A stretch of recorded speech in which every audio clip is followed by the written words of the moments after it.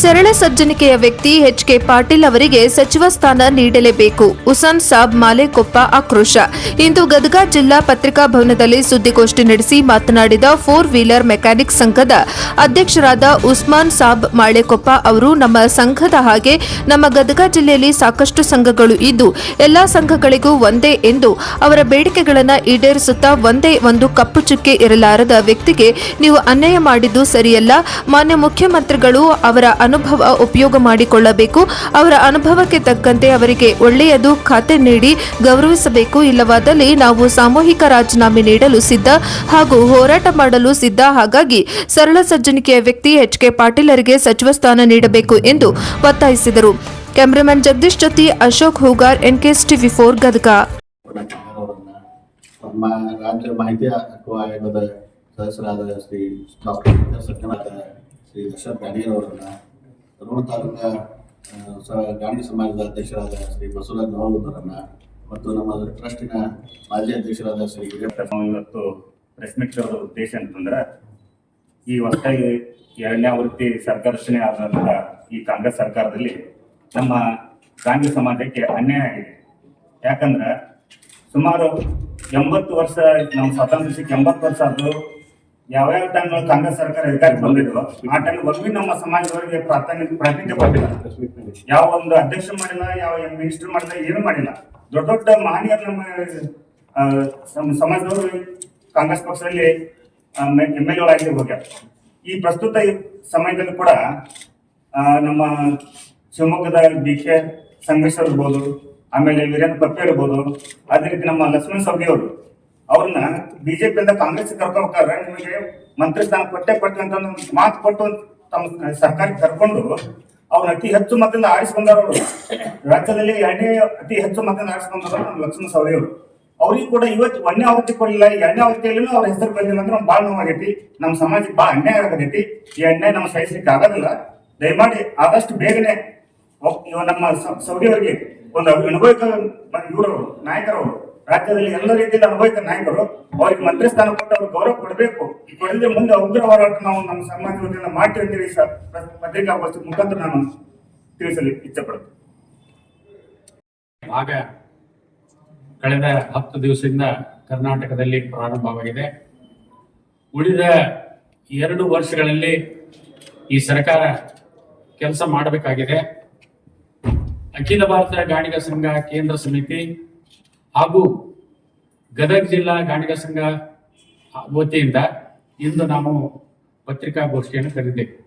ಇದೇ ರೀತಿ ಇಡೀ ಕರ್ನಾಟಕದ ಎಲ್ಲ ತಾಲೂಕು ಜಿಲ್ಲೆಗಳಲ್ಲಿ ಸಹಿತ ನಾವು ಪತ್ರಿಕಾಗೋಷ್ಠಿಯನ್ನು ಕರೆದು ನಮ್ಮ ಸಮಾಜಕ್ಕೆ ಏನು ಬೇಕಾಗಿದೆ ಅನ್ನುವಂಥದ್ದನ್ನ ನಾವು ಸ್ಪಷ್ಟಪಡಿಸಲು ಇಲ್ಲಿ ಬಂದಿದೆ.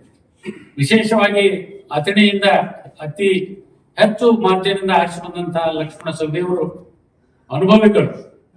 ಹಿಂದಿನ ಸರ್ಕಾರದಲ್ಲಿ ಸಾರಿಗೆ ಮಂತ್ರಿ ಹಾಗೂ ಸಹಕಾರಿ ಮಂತ್ರಿಗಳಾಗಿ, ಅಲ್ಲದೆ ಡೆಪ್ಯೂಟಿ CM ಆಗಿ ಒಳ್ಳೆಯ ಕೆಲಸವನ್ನು ಮಾಡಿ ಹೆಸರು ತಂದಂತವರು, ಸರ್ಕಾರಕ್ಕೆ ಹೆಸರು ತಂದಂತವರು ಲಕ್ಷ್ಮಣ ಸವದಿಯವರು. ಅವರು ಈ ಪಕ್ಷದಲ್ಲಿ ಕಳೆದ 3 ವರ್ಷದಿಂದ ತಮ್ಮ ಎಲ್ಲ ಅನುಭವವನ್ನು ಉಪಯೋಗ ಮಾಡಿ ಇಡೀ ಉತ್ತರ ಕರ್ನಾಟಕದ ಗಾಣಿಗ ಸಮಾಜವನ್ನ ಒಟ್ಟಿಗೆ ಕರ್ಕೊಂಡು ಬಂದು ಈ ಸರ್ಕಾರ ರಚಿಸಲಿಕ್ಕೆ ಮೂಲಭೂತ ಕಾರಣೀಭೂತರು ಲಕ್ಷ್ಮಣ ಸವದಿಯವರು. ಉತ್ತರ ಕರ್ನಾಟಕದಲ್ಲಿ 10 ರಿಂದ 15 ಶಾಸಕರು ಆರಿಸಿ ಬರಲಿಕ್ಕೆ ಮುಖ್ಯ ಕಾರಣ ಲಕ್ಷ್ಮಣ ಸವದಿಯವರು. ಅನುಭವಿ ಹೋರಾಟಗಾರರಾದಂತಹ ಲಕ್ಷ್ಮಣ ಸವದಿಯವರಿಗೆ ಸರ್ಕಾರದಲ್ಲಿ ಮಂತ್ರಿ ಆಗಲಿಕ್ಕೆ ಸ್ಥಾನವನ್ನ ಕೊಡುವುದರಿಂದ ಸರ್ಕಾರಕ್ಕೆ ಲಾಭ ಇದೆ. ಒಳ್ಳೆಯ ಹೆಸರನ್ನ ಪಡೆಯುವುದರಿಂದ ಸರ್ಕಾರಕ್ಕೆ ಲಾಭ ಇದೆ. ಅವರು ಕಳೆದ 3 ವರ್ಷದಲ್ಲಿ ಒಳ್ಳೆ ಕೆಲಸವನ್ನು ಆ ಭಾಗದಲ್ಲಿ ಮಾಡ್ಕೊಂಡು ಬಂದಿದ್ದಾರೆ. ಅದಲ್ಲದೆ ಇಡೀ ಕರ್ನಾಟಕದಲ್ಲಿ ಗಾಣಿಗರ ನಾಯಕ, ರಾಜಕೀಯ ನಾಯಕರನ್ನು ಲಕ್ಷ್ಮಣ ಸವದಿಯವರು ಗುರುತಿಸಿಕೊಂಡಿದ್ದಾರೆ. ಹುಟ್ಟು ಹೋರಾಟಗಾರರು ಹಾಗೂ ಯಾವುದೇ ಕಾರ್ಯವನ್ನು ಯಾವ್ದು ಹಿಡಿದಂತಾರೆ ಆ ಕಾರ್ಯವನ್ನು ಪೂರ್ಣ ಆಗದೆ ಬಿಡದಂತಹ ವ್ಯಕ್ತಿ ಲಕ್ಷ್ಮಣ ಸವದಿಯವರು. ಅನುಭವಿಗಳು ಅಂಥವರು ಸರ್ಕಾರದಲ್ಲಿ ಮಂತ್ರಿ ಆಗ್ಬೇಕು ಅನ್ನೋದು ನಮ್ಮೆಲ್ಲರ ಆಸೆ ಇದೆ. ಆ ಥರ ನಾವು ಕೇಳೋದೊಂದ DK ಶಿವಕುಮಾರ್ ಸಾಹೇಬ್ರಿಗೆ 2ನೇ ಸಂಪುಟದಲ್ಲಿ ನಮ್ಮ ಎಚ್.ಕೆ. ಪಾಟೀಲ್ ಸಾಹೇಬ್ರಿಗೆ ಸಚಿವ ಸ್ಥಾನ ಕೊಡ್ರಿ ಅಂತೇಳಿ ನಾವು ಹೇಳಿ ಪಾಟೀಲ್ ಸಾಹೇಬ್ ಕಾರಣತ್ತಾರೆ. ಅವ್ರು ಮುಖ್ಯಮಂತ್ರಿ ಮಾಡ್ತಿದ್ರು ಅವಾಗ ಆಗ್ಲಿಲ್ಲ. ಅಂತ ಒಂದು ತ್ಯಾಗ ಮನೋಭಾವನೆಗಳವರು ಯಾವಾಗ ಅಧಿಕಾರಕ್ಕಾಗಿ ಹೋಗಲ್ಲ, ಸದಾ ಪಕ್ಷಕ್ಕಾಗಿ ಜನರ ಸೇವೆಗಾಗಿ ನಿರತರಾಗಿ ದುಡಿತಕ್ಕಂಥವ್ರು. ಅವಾಗ ನೀರಾವರಿ ಮಂತ್ರಿ ಇದ್ರು, ಅವ್ರು ತೆಗೆದ್ರು ಕೃಷಿ ಮಂತ್ರಿ ಮಾಡಿದ್ರು, ಆದ್ರೂ ಬೇಜಾರು ಮಾಡ್ಕೊಂಡಿದ್ರು. ಮತ್ತ ಈಗ ಬರಬರ್ತಾ ಅವ್ರಿಗೆ ಮತ್ತೆ ಗ್ರಾಮೀಣ ಪಂಚಾಯತ್ ರಾಜ್ ಸಚಿವರಾದರು, ಕೃಷಿ ಮಂತ್ರಿ ಆದ್ರು. ಈಗ ಸಂಸದೀಯ ಕಾನೂನು ಶಾಸನ ರಚನೆಗಳು ಮತ್ತು ಪ್ರವಾಸೋದ್ಯಮ ಇಲಾಖೆ ಕೊಟ್ಟರು. ಇಂಥ ಹಲವಾರು ಇಲಾಖೆಗಳಲ್ಲಿ ಅನುಭವ ಹೊಂದಿರತಕ್ಕಂಥ ನಮ್ಮ ರಾಜ್ಯದಲ್ಲಿ ಮುಖ್ಯಮಂತ್ರಿ ಸ್ಥಾನದಲ್ಲಿ ಇರ್ತಕ್ಕಂಥವ್ರಿಗೆ ಇವತ್ತು ಮಂತ್ರಿ ಪದವಿ ಕೊಡಲಿಲ್ಲ ಅಂದ್ರೆ ನಮ್ಮ ಭಾಗದ ಗದಗ ಜಿಲ್ಲಾಧಿಕಾರಿಗೆ ತುಂಬಾ ಬೇಸರ ಮತ್ತು ನೋವು ಉಂಟು ಮಾಡಿದೆ. ಅಂತ ವ್ಯಕ್ತಿತ್ವ ಹೊಂದಿರತಕ್ಕಂಥ, ಅಂತ ಗುಣ ಹೊಂದಿರತಕ್ಕಂಥ, ಪ್ರಭಾವಿ, ಸರಳ ಸಜ್ಜನಿಕೆ ಆಡಳಿತ ಹೊಂದಿರತಕ್ಕಂಥ, ಸದಾ ಜನರ ಅಭಿವೃದ್ಧಿಗೆ ಸ್ಪಂದಿಸತಕ್ಕಂಥ, ಹಗಲುಗಳು ದುಡಿರ್ತಕ್ಕಂಥ ಒಬ್ಬ ಪ್ರಭಾವಿ ನಾಯಕರಿಗೆ ಈ ರೀತಿ ನಮ್ಮ ರಾಜ್ಯ ಸರ್ಕಾರ ನಡೆಸಿಕೊಳ್ಳೋದು ತುಂಬಾ ನೋವುಂಟು ಮಾಡಿದೆ. ಇದರಿಂದ ಉತ್ತರ ಕರ್ನಾಟಕ, ನಮ್ಮ ಗದಗ ಜಿಲ್ಲಾ ಒಂದೇ ಅಲ್ಲ, ಎಲ್ಲಾ ಸಮಾಜ, ಎಲ್ಲಾ ಕೋಮಿನವರು ಅವರಿಗೆ ಬೇಕಾಗ್ಯಾರ. ಎಲ್ಲರಿಗೆ ಅವರು ಸಾಕಷ್ಟು ಪ್ರೀತಿಯಿಂದ ಕಂಡಾರ. ಅವ್ರು ಏನಾದ್ರೂ ಅವರಿಗೆ ಎರಡನೇ ಒಂದು ಹಂತದಲ್ಲಿ ಸಚಿವ ಸ್ಥಾನ ಏನಾದ್ರೂ ನೀಡದೇ ಇದ್ದರೆ ನಿಜವಾಗ್ಲೂ ನಮ್ಮ ಉತ್ತರ ಕರ್ನಾಟಕದಲ್ಲಿ ಮುಂಬರುವ 28ನೇ ಸಾಲಿನ ಒಂದು ಚುನಾವಣೆಗೆ ಬಹಳಷ್ಟು ಪೆಟ್ಟು ಬೀಳುತ್ತೆ ಅಂತ ನಾನು ಮುನ್ಸೂಚನೆ ಕೊಡ್ತಾ ಇದ್ದೇನೆ. ಅಂತ ವ್ಯಕ್ತಿಗಳಿಗೆ ನಾವು ಸ್ಪಂದಿಸಬೇಕು. ನಮ್ಮ ನೂತನವಾಗಿ ಆಯ್ಕೆಯಾಗಿರ್ತಕ್ಕಂಥ ಮಾನ್ಯ ಶ್ರೀ ಡಿ.ಕೆ. ಶಿವಕುಮಾರ್ ಸಾಹೇಬರು ಮುಖ್ಯಮಂತ್ರಿಗಳು ಗಮನದಲ್ಲಿಟ್ಟುಕೊಂಡು ಒಬ್ಬ ಹಿರಿಯ, ಪ್ರಭಾವಿ, ಅನುಭವಿ ರಾಜಕಾರಣಿಯಾಗಿರ್ತಕ್ಕಂಥ ನಮ್ಮ ಸನ್ಮಾನ್ಯ ಡಾಕ್ಟರ್ ಎಚ್.ಕೆ. ಪಾಟೀಲ್ ಸಾಹೇಬರಿಗೆ ಮಂತ್ರಿ ಸ್ಥಾನ ನೀಡಬೇಕು. ನೀಡಿ ಅವರಿಗೆ ಇರ್ತಕ್ಕಂಥ ಅನುಭವವನ್ನು ನಮ್ಮ ಸರ್ಕಾರಕ್ಕೆ ಸಲಹೆ ಸೂಚನೆಗೆ ಅವರಿಗೆ ಉಪಯೋಗ ತೆಗೆದುಕೊಳ್ಳಬೇಕು. ಅಕಸ್ಮಾತ್ ಆಗಿ ಅವರಿಗೆ ನೀಡದೇ ಇದ್ದರೆ ನಮ್ಮ ಗದಗ ಜಿಲ್ಲೆಯಲ್ಲಿ ಸಾಕಷ್ಟು ಜನ ಸಾಮೂಹಿಕವಾಗಿ ರಾಜೀನಾಮೆ ಪಕ್ಷಕ್ಕೆ ನೀಡುವವರು ಇದ್ದಾರೆ ಮತ್ತು ಉಗ್ರ ಹೋರಾಟಕ್ಕೆ ಅವರು ಎಲ್ಲರೂ ತಯಾರಿಯಾಗಿ ನಿಂತಿದ್ದಾರೆ ಅಂತ ಹೇಳಿ ತಮಗೆ ತಿಳಿಪಡಿಸಿ ನಾನು ಮುಂಬರತಕ್ಕಂಥ ಸಮಸ್ಯೆಗಳನ್ನು ಬಗೆಹರಿಸ ಅಂತ ಹೇಳಿ ಮಾನ್ಯ ಮುಖ್ಯಮಂತ್ರಿಗಳಲ್ಲಿ ಮನವಿ ಮಾಡಿಕೊಳ್ತೇನೆ. ನಮಸ್ಕಾರ.